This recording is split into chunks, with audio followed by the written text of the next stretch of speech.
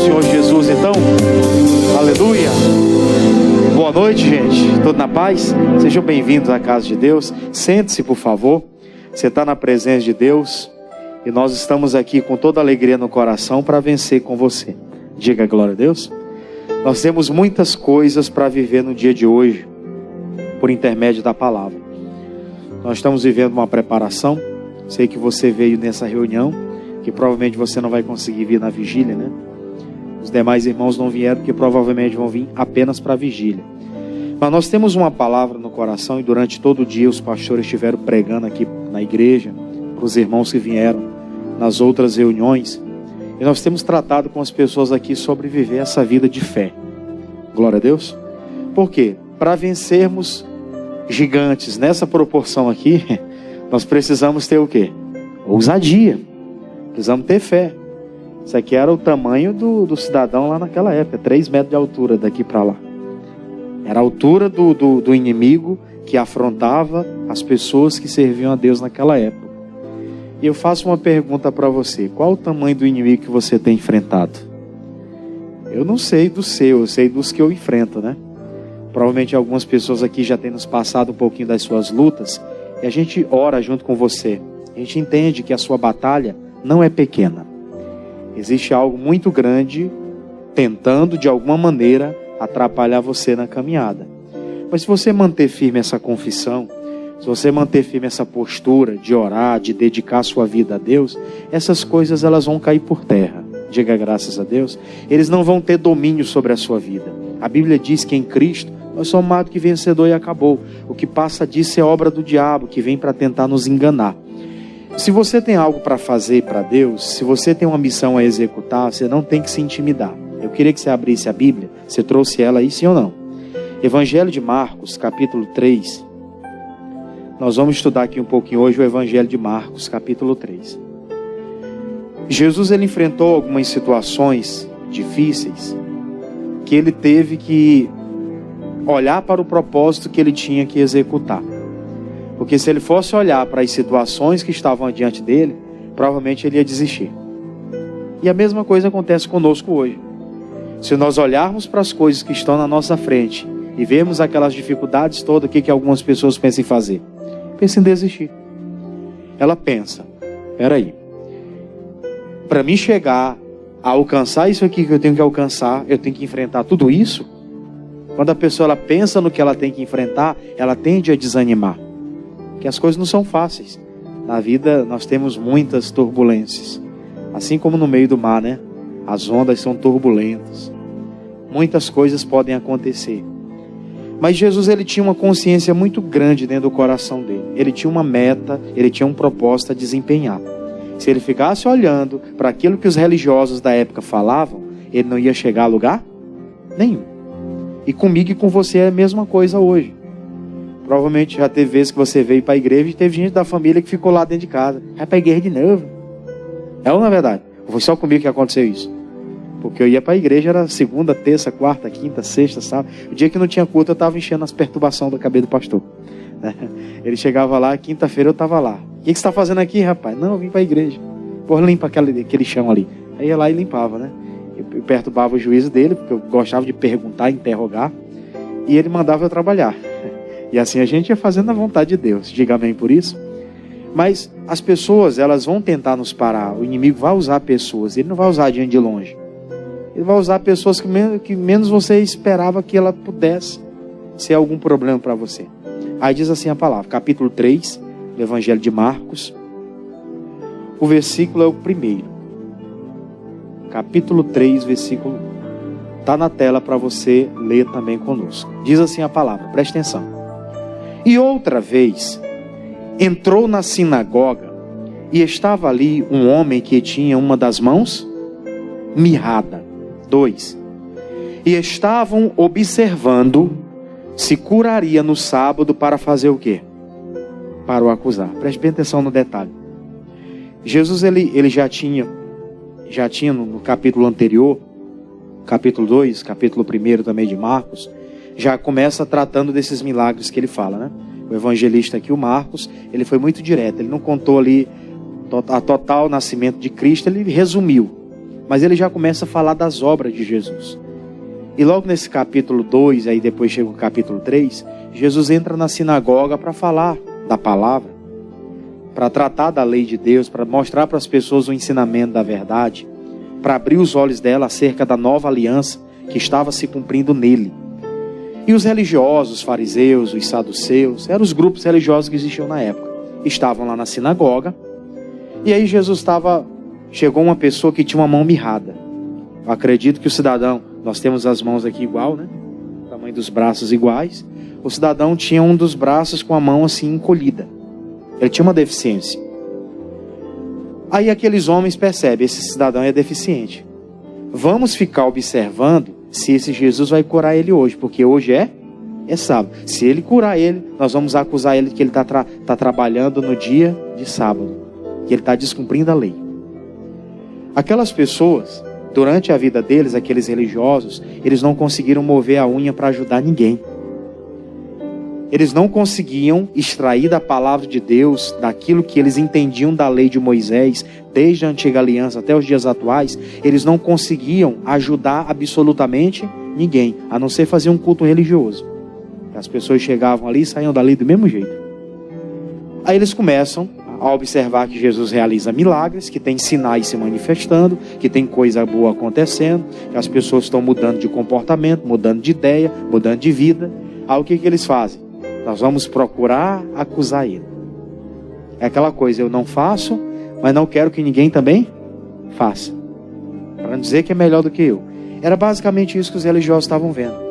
Eles estavam vendo que as multidões estavam seguindo Jesus, pelos sinais que aconteciam, pelas obras que realizavam na vida deles, das pessoas, por intermédio dele. E ele viu que durante toda a trajetória dele religiosa, eles não conseguiam ganhar ninguém. Com aquele discurso que eles tinham ali, de uma forma, né, que eles pegavam ali um prontuáriozinho e liam, eles achavam que aquilo mudava a vida das pessoas, e não mudava. E aí Jesus começa a realizar milagres, começa a apresentar sinais, e aí no sábado Jesus está na sinagoga, pregando a palavra, aí entra esse homem com a mão mirrada. Eles ficaram só observando. E Jesus sabia disso, tanto é que no versículo 3 ele fala o seguinte, olha só. E disse ao homem que tinha a mão mirrada. Isso aqui são palavras de Jesus. Olha o que Jesus disse. O que ele disse? Levanta-te e vem para onde? Para o meio. Versículo 4. E perguntou-lhe: é lícito no sábado fazer o bem ou fazer o mal? Salvar a vida ou matar? E eles fizeram o quê? Calaram-se. Jesus já sabia da intenção deles, que era fazer o quê? Que era acusar.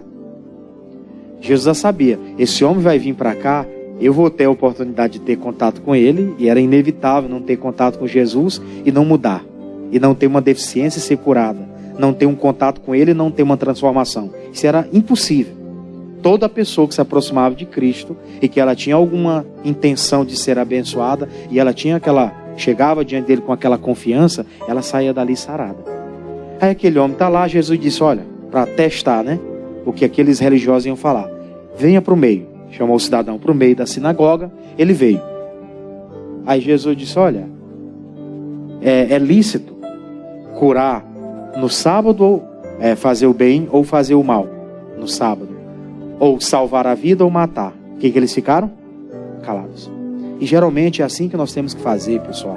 Que em muitos momentos nós vamos tentar fazer algo para Deus, tentar fazer algo para abençoar alguém, para abençoar a nossa própria vida, e vão ter gente querendo atrapalhar. Vai ter pessoas no caminho dizendo que você não está certo, que acha que você está muito religioso, né? Na família, se você ora, aqui na igreja nós temos o costume de orar forte, de repreender o mal. Se você fizer isso em casa, na frente de pessoas da família que não entendem a palavra, o que eles vão dizer? Isso aí já virou fanático, é religioso, né? Mas é doido, ele está falando contra as paredes. E não é contra as paredes. Nós temos a nossa conduta de fé. E quando Jesus pensa em realizar algo na vida daquela pessoa, aqueles religiosos ficam falando. Aí Jesus diz, é lícito dar vida ou tirar no sábado? Eles não souberam o que responder. Jesus ganhou eles aonde? Na palavra. Você não vê que Jesus aqui não brigou, não disse que eles não prestavam, que eles não podiam fazer nada, e agora eles estavam querendo impedir ele de fazer. Jesus não falou nada disso. Ele nem sequer ofendeu. Ele simplesmente falou, olha, o que é lícito? É lícito no sábado fazer o bem ou fazer o mal? Porque o que eu estou fazendo para essa pessoa não é nenhum mal. Se eu curar uma pessoa no sábado, eu não estou fazendo para ela nada de mal. É tipo você parar para ajudar alguém, para dar uma palavra para alguém, você fez o mal para ela? Não, você fez o bem. Mas tem pessoas que interpretam que você está fazendo o mal. Acontece, pessoal que faz a obra, que já entende isso, né, de mais de perto. Às vezes você chega em alguns lugares, você está evangelizando nas ruas, você chega em alguns lugares, aí você percebe, nessa casa tem uma pessoa ali, um idoso, às vezes ele está lá num cantinho ali, sentado na cadeirinha, e ele está bem para lá, mais para lá do que para cá. A gente pede a oportunidade, tudo bem com o senhor, tudo bem com a senhora? Diz, tudo bem, essa senhora que é sua mãe? É minha mãe. A gente pode fazer uma oração por ela, dar uma palavra para ela? Não, ela já é de Jesus, ela está bem. Eles acham que nós iremos fazer para aquela pessoa um mal? Nós iremos fazer um mal para ela? Se quiséssemos fazer o mal, a gente nem passava ali na porta. Bastava não fazer nada por ela. Nós estamos querendo entrar para trazer uma palavra e para fazer uma oração, para abençoar a vida da pessoa. E as pessoas interpretam o quê? Vão tentar fazer uma lavagem cerebral nela, vão tentar fazer isso, vão tentar fazer aquilo. Não, nada disso. Então Jesus simplesmente, de uma forma sábia, ele trata daqueles religiosos, dizendo o seguinte, olha, o que é lícito fazer no sábado? O bem ou o mal? Tirar a vida, dar a vida ou matar? Eles não souberam responder nada. E às vezes a gente ganha as pessoas dessa forma. Não precisamos brigar, ou de uma certa forma, passar na cara deles alguma coisa. Simplesmente com sabedoria. Simplesmente com sabedoria. Isso me fez lembrar muito dos servos lá que o Naamã tinha. O Naamã estava numa situação difícil, gente, leproso. Imagina o cidadão leproso do alto da cabeça à planta dos pés. Aí o homem de Deus fala, olha, o Eliseu, manda ele lá no Jordão e dá 7 mergulhos. Aquilo era para o bem ou era para o mal dele? Era para o bem. Mas ele fica chateado. Por que ele fez isso comigo? Eu achei que ele ia me recepcionar. Eu achei que ele ia colocar a mão na minha cabeça, fazer uma oração, invocar o Deus dos céus que ele crê. Eu achei que ele ia me recepcionar por eu ser uma autoridade. Aí os servos dele falam o seguinte, meu senhor, se ele te pedisse uma coisa difícil, o senhor não faria? Olha que ele só te pediu uma coisa simples. Vá lá, dá os mergulhos, obedeça ao que o Senhor está falando através da boca do profeta, e o Senhor vai ver o resultado. Aqueles homens calaram o Naamã sem dar um esporro nele. Só simplesmente, ele não pediu uma coisa simples. Vá lá e faça. Pediu nenhum sacrifício. Não pediu nada impossível para que não fosse realizado. Aí o Naamã quebra o seu orgulho, vai lá, é purificado da sua lepra, e ele volta todo novo, né? Depois do 7º mergulho, que ele olha a pele dele toda limpa, ele diz, rapaz, olha a bênção que eu ia perder se eu continuasse com essa minha maneira de agir. Então, esses religiosos aqui estavam diante de Jesus e estavam tendo a oportunidade de não apenas ver pessoas sendo beneficiadas, mas eles também, se abrissem o coração, seriam abençoados. Se eles abrissem o coração, eles iam entender como era o trabalhar de Deus por intermédio da nova aliança, e eles viveriam essa nova aliança. Só que o orgulho não deixa. E tem muita gente que vai perder a sua salvação, gente, por causa do orgulho. Tem gente que é orgulhoso. Ela nasceu, teve uma vida toda de um jeito, e alguém tenta mostrar para ela que pela palavra é assim. Ela diz, eu nasci assim, eu vou morrer? Não, não é assim, né? Mas eles falam assim, fala ou não fala? Ou é só da minha família que fala? Tem gente da minha família que fala assim, eu nasci aqui e aqui eu vou morrer. Não era essa a vontade de Deus. Então, a gente precisa trazer isso para nós. Sem muita coisa, Jesus conseguiu ganhar aquelas pessoas, deixar eles sem palavras. Aí vem o versículo 5. Olha só, vai aprofundar. E olhando para eles, em redor, com indignação, condoendo-se da dureza de quem? Do seu coração, disse ao homem, estende a tua mão. E ele fez o quê? Estendeu. E foi-lhes restituída a mão sã como a outra. Olha só que milagre extraordinário. Você não vê Jesus aqui fazendo uma oração mirabolante. Você não vê Jesus aqui fazendo uma oração de 30 minutos. Você não vê ele falando aqui que ele tinha que passar o sal no corpo, que ele tinha que tomar uma água, que ele para receber aquela cura, que aquele homem tinha que colocar a mão em algum lugar para receber a bênção. Não precisou fazer nada. Ele simplesmente disse: olha, fala o seguinte, moço, olha aqui para mim. Aquele cidadão olhou, ele disse: estenda a mão. Ele estendeu, e quando ele estendeu a mão, já estava como?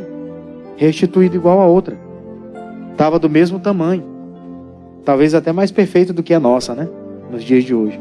Porque tem gente que por conta de um problema da coluna, ela tem um braço maior do que o outro por conta disso, né? Porque teve um desvio, um lado é mais alto do que o outro, e a pessoa tem uma deficiência, mas vive normalmente. No caso dele, não, a coisa voltou na sua totalidade, a perfeição. E Jesus não precisou fazer muita coisa não, gente. Amém? Não precisou fazer. Se Jesus ficasse ouvindo o que aqueles religiosos estavam fazendo, se ele ficasse preocupado com o que eles iriam pensar, porque agora eu não posso curar no sábado, que se eu curar aqui agora no sábado, eles vão me apedrejar, eles vão fazer algo contra mim. Se Jesus ficasse com esse tipo de pensamento, aquele homem não seria abençoado naquele dia. E o dia de amanhã pertence a Deus. Não sabia como é que ia ser o dia de amanhã. Jesus poderia ir para outro lugar e aquele homem perder a bênção, gente. Olha que coisa séria. Jesus não ficava parado num lugar. Ele sabia que o tempo dele era curto. Ele fazia uma obra num dia, ele já ia se consagrar, no outro dia ele tinha outra obra para fazer, e ele não parava. O tempo dele era abreviado. Ele sabia que o tempo da ascensão dele aos céus não iria demorar. Então o que tinha que ser cumprido, ele tinha que cumprir. Independente se teriam obstáculos ou não. Independente se teriam lutas na caminhada ou não. E nós sabemos da nossa caminhada? Sabemos o tempo que nós vamos ficar aqui na terra ainda? Eu não sei. Eu vou fazer 31 agora, ainda sou bem jovem. Mas eu não sei se Deus quer para mim 60, 90, eu espero que seja muito mais do que isso, né? Se Ele não voltar antes, a gente vai se preparando para isso, né? Só tem que tirar o arroz, né? Porque esse aí é um vilão. O açúcar, né? Isso aí mata a gente cedo. Mas só para você entender a questão. Ele tinha uma obra a ser realizada. Ele tinha algo a fazer. Se ele ficasse preocupado com os obstáculos, ele não chegaria a lugar nenhum, gente. E essa é a preocupação que a gente tem que ter no nosso coração hoje. Você está aqui firme, você está lutando por um propósito, você está acreditando na palavra que vai mudar a sua história para algo. E aí tem coisas que estão mostrando o contrário. E aí tem gente que deixa de buscar por causa daquilo. Tem gente que deixa de perseverar, deixa de, colocar a sua fé em ação por causa de obstáculos. Por causa do que as pessoas vão falar, porque vão achar que eu já estou pedindo demais. Tem gente que acha que até é vergonhoso vir falar com o pastor toda hora. Não é. Tem casos e casos. Tem coisas que você já entendeu, não precisa mais. Mas tem coisas que não, você precisa perseverar, você precisa de uma direção diária, você precisa de uma direção para aquele momento. Então não tem que ter receio de falar, de perguntar, não tem que ter receio de se aproximar. Se você está precisando, quem está precisando é você, receba. Diga graças a Deus. Porque vai ter dias que, se depender do ser humano, o ser humano vai terminar ali, ele está tão às vezes cansado do dia, ele vai fazer o quê? Quero me recolher. Mas eu me lembro daquela mulher que tinha um fluxo de sangue, você lembra muito bem da história dela. Ela foi até Jesus e tocou na orla da veste e extraiu. Se dependesse de Jesus, ele passaria ali e não aconteceria nada com ela. Mas ela queria a bênção, queria ou não queria? Pois ela foi atrás. Ela extraiu. Aí tem um outro personagem da Bíblia que eu gosto de comentar muito, que é um cidadão conhecido como Bartimeu. Qual que era o problema dele? Cegueira, né? A visão. Ele não enxergava, era cego. Ele ficava à beira do caminho, mendigando, pedindo alguma coisa para alguém, para que ele pudesse se manter, porque não tinha um auxílio naquela época, né? Então ele ficava ali numa situação difícil, vulnerável. Então o que eu vou fazer da vida? Eu vou ficar aqui pedindo. Só que ele ouviu falar de Jesus. Ele disse: eu quero essa obra que esse Jesus prega, acontecendo na minha vida. Estava ele lá, ficou sabendo que Jesus ia passar por ali, ele começa a orar e a clamar: Jesus, filho de Davi, tem misericórdia de mim. Alguém falou para ele, ele entendeu, ele já conhecia a lei sobre o Messias, né, que era da descendência de Davi. Então ele fala isso: Jesus, filho de Davi. Ele não fala uma coisa sem entendimento. Ele fala com entendimento daquilo que ele acredita, que ele quer. Quando ele percebe que Jesus está passando por aquela região. Ele começa a chamar. As pessoas falam o que para ele? Rapaz, tu para de gritar, porque ele não vai te atender, ele não vai te ouvir. Mas o que a Bíblia diz? Que ele mais intensamente orava. Ele mais intensamente abria a boca e dizia: Filho de Davi, tem misericórdia de mim. Ele colocou mais intensidade ainda. Estavam querendo calar a voz dele. Ele colocou mais intensidade na sua intercessão, na sua oração. E Deus veio até ele, veio ou não veio? Veio. Aí Jesus entende, percebe o clamor do coração daquele homem e vai até ele. Que queres que eu te faça, rapaz?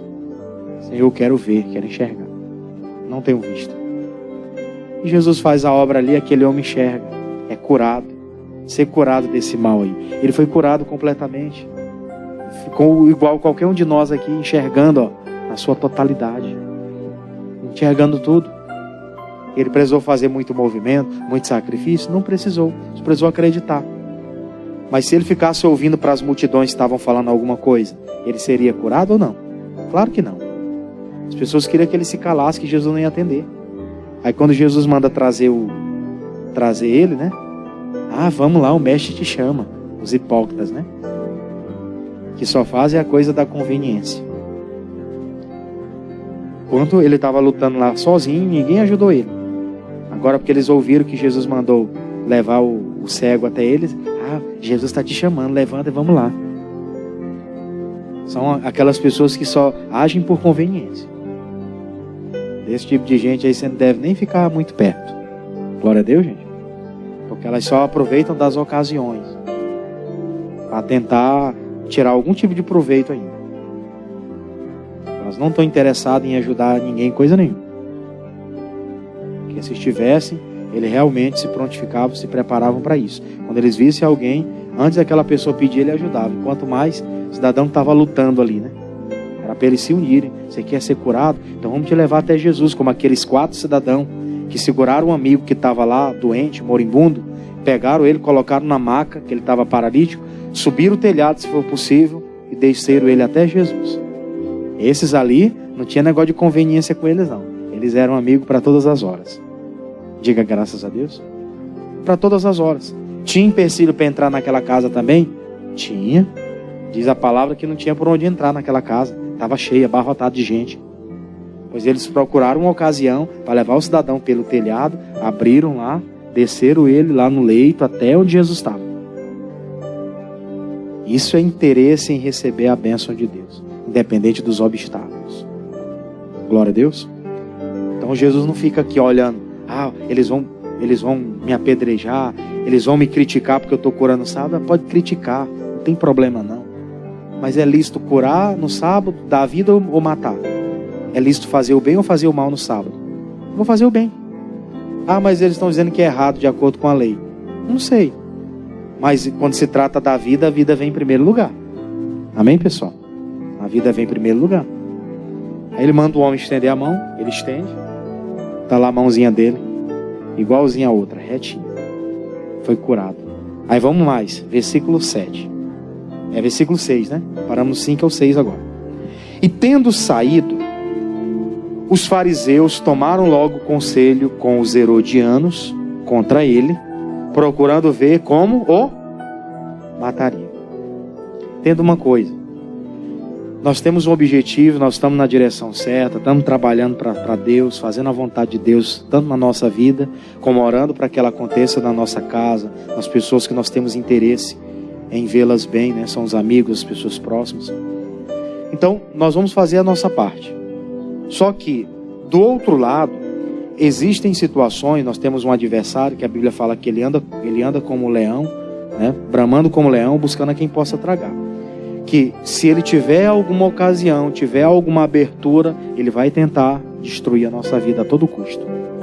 Jesus estava fazendo bem, fazendo tudo que devia ser feito.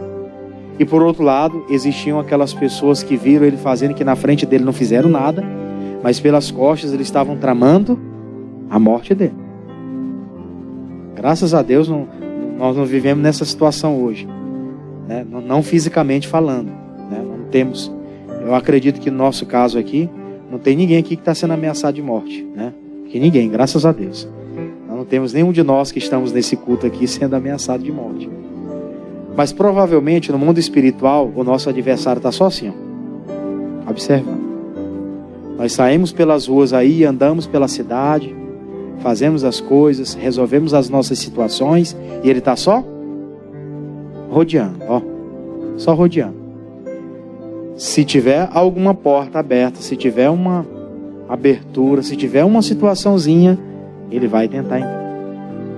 Ele é ladrão, ele é salteador. Ele faz isso sempre que ele tem oportunidade.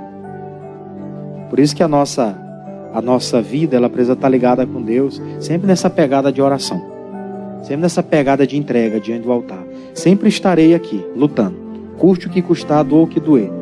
Passo por qualquer situação, eu estou diante de Deus, porque eu sei que do outro lado tem um adversário que procura a minha morte diariamente. O que você acha que acontece? Muitas atrocidades por aí afora. Nós estamos nesse período agora, nós estamos no carnaval, é carnaval, né?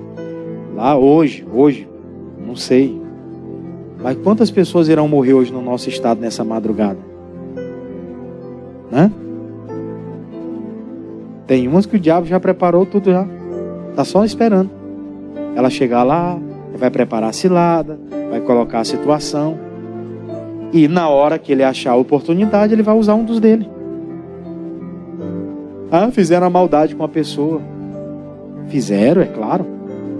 Mas por que está lá? Você acha que se estivesse em casa, ou estivesse na vigília da igreja, acho que não ia acontecer isso? Eu acho. Eu acho que não. Diga graças a Deus. Você entende isso? Por que a gente precisa estar mais diante de Deus? A nossa vida vai ser guardada, gente.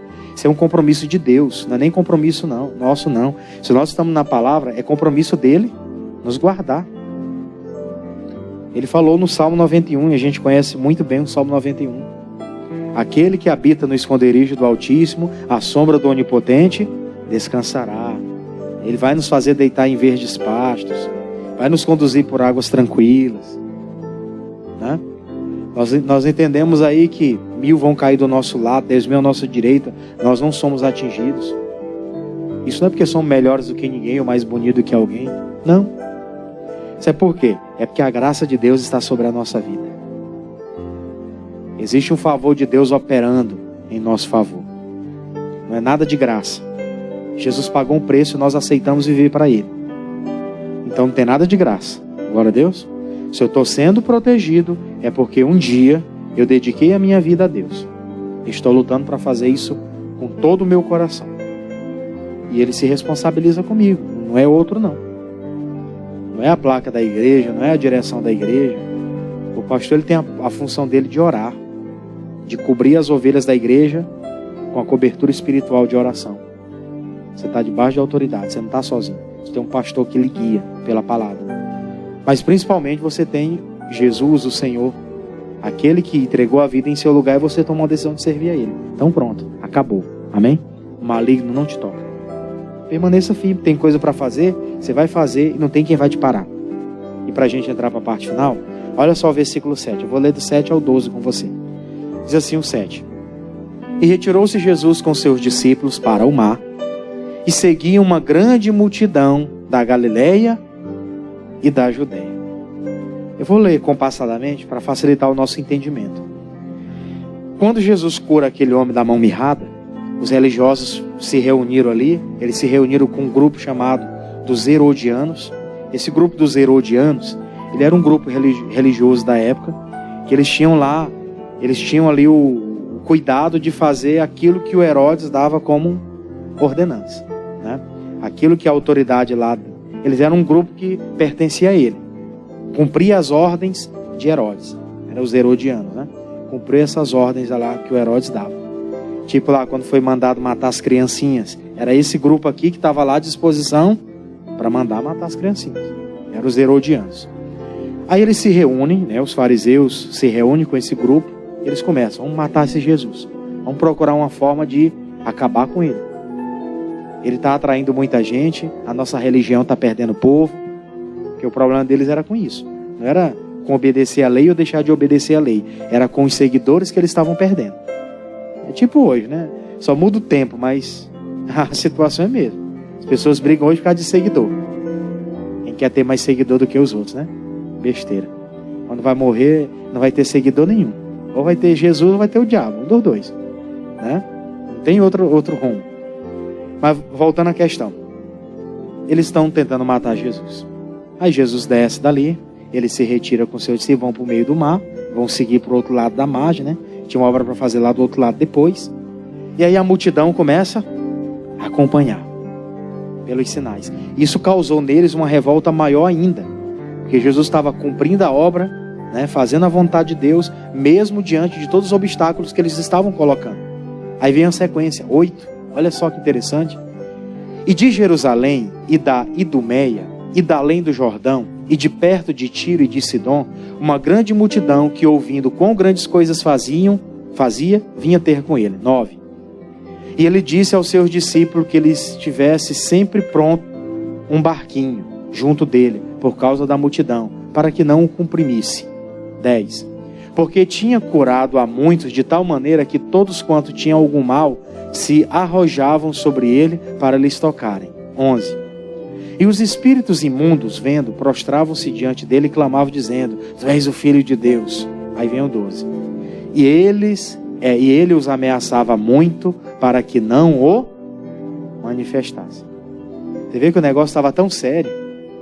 E as pessoas vinham até ele, né? Comprimiam ele. Disse: olha, deixam sempre um barquinho aí à beira da margem, porque na hora que a multidão comprimir, eu vou entrar no barquinho e vou dar uma afastada.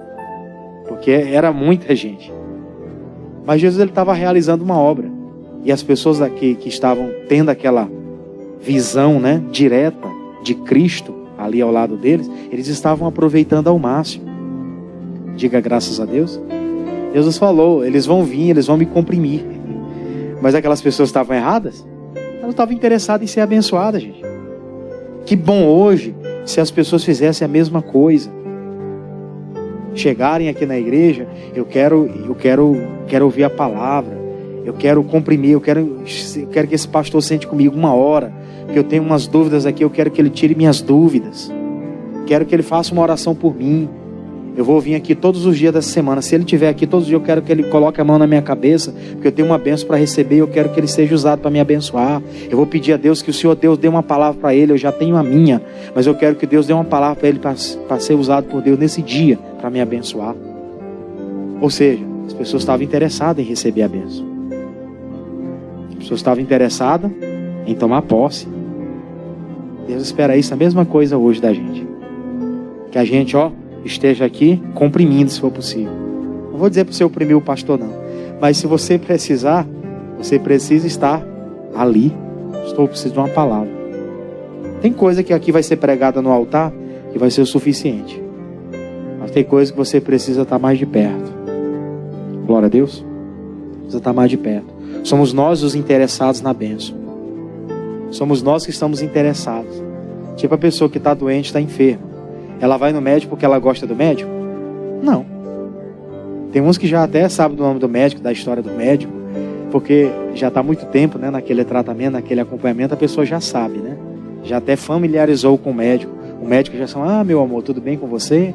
Já até chama de meu amor, né? Já tem aquela proximidade. Mas não é porque ela gosta que ela vai lá. Ela vai por conta de quê? Da necessidade. Eu tenho uma necessidade de ser tratado. Então esse médico vai ser usado por Deus nesse perímetro. Naquilo que ele falar, eu vou obedecer. Eu vou dizer como é que eu estou sentindo, ele vai dizer o que eu preciso utilizar, qual que é o procedimento que precisa ser feito, e eu vou lá e vou fazer. Na fé é a mesma coisa. Você precisa de salvação, precisa de bênção, precisa de cura, precisa de milagre, precisa de vitória dentro de casa, precisa de vitória na vida financeira. Então eu vou estar aqui. Glória a Deus. E os gigantes que apareceram no meu caminho, coitado deles. Eu aprendi na palavra que maior é o que está em mim do que o que está no mundo. Então pronto. Independente do tamanho do gigante, que está comigo é maior. Glória a Deus. E nós vamos ter vitória em Cristo Jesus. Diga amém, pessoal. As pessoas comprimiam Jesus. Ele disse por discípulos: vamos se afastar um pouquinho para o mar, que o negócio aqui é mais apertado. As pessoas querem me comprimir se for possível. Elas querem tocar em mim de alguma forma, porque elas querem extrair alguma coisa. E que a gente toque em Jesus hoje. Não precisa tocar fisicamente, mas não. Na religião as pessoas usam uma imagem e querem tocar naquela imagem, querem levar aquela imagem para todo lugar, como se a imagem fizesse alguma coisa. E não vai fazer nada. Não, vou botar um crucifixozinho aqui no pescoço, porque aqui é Jesus. Aí eu coloco a mão aqui e Jesus está na minha vida. Nadinha. Jesus está na vida daquele que pratica a palavra. Amém? E é por isso que nós ouvimos a palavra aqui hoje. Ele curou aquele homem. Não precisou fazer sacrifício, não. Ele só disse para o homem, vem aqui. O homem veio, estenda a mão. Quando o homem estendeu a mão, estava tudo normal. Os milagres acontecem assim, por intermédio da nossa fé. Amém? Vamos aplaudir a Jesus por isso. Glória a Deus. Eu queria que você se colocasse de pé. Nós vamos fazer a oração.